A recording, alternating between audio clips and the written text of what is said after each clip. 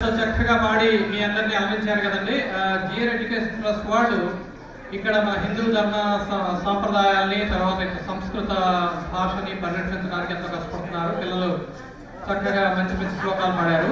అందులో వాళ్ళు లాస్ట్ లో పాడింది గొబ్బెమ్మల గురించి పాడారు.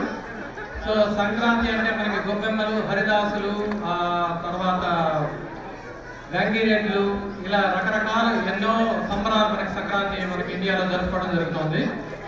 తర్వాత ఈ కార్యక్రమం ఈరోజు కార్యక్రమం అంతా మేము ఒక ఆఫర్లో తీసుకొస్తున్నాం. అంటే ఫస్ట్ రిపబ్లిక్ డే సందర్భంగా ఉన్న కార్యక్రమాలన్నీ చేసి ఆ తర్వాత సంక్రాంతి థీమ్ సాంగ్స్ సంక్రాంతి మీద కాన్సన్ట్రేట్ చేయడానికి ఆ విధంగా ఇది ప్రోగ్రామ్ అరేంజ్ చేయడం జరిగింది.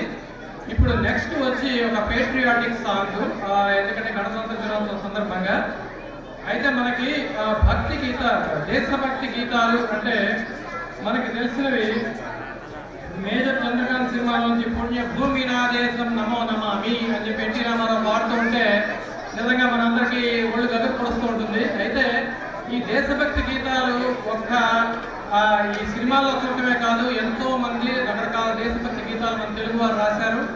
అదేవిధంగా మన 3 రంగుల జెండా పెంగళ వెంకయ్య గారు రూపకల్పన చేశారు అంటే నిజంగా అది మనకి ఎంతో గర్వకారణం. ఈ నెక్స్ట్ వచ్చే పాట ఈ దేశం నా దేశం అంటూ కాఫీ బార్ అని ఒక తెలుగు సినిమా వచ్చింది కానీ నాకు తెలియదు.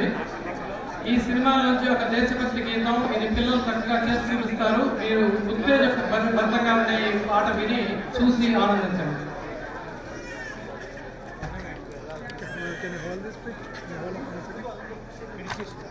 Hold on,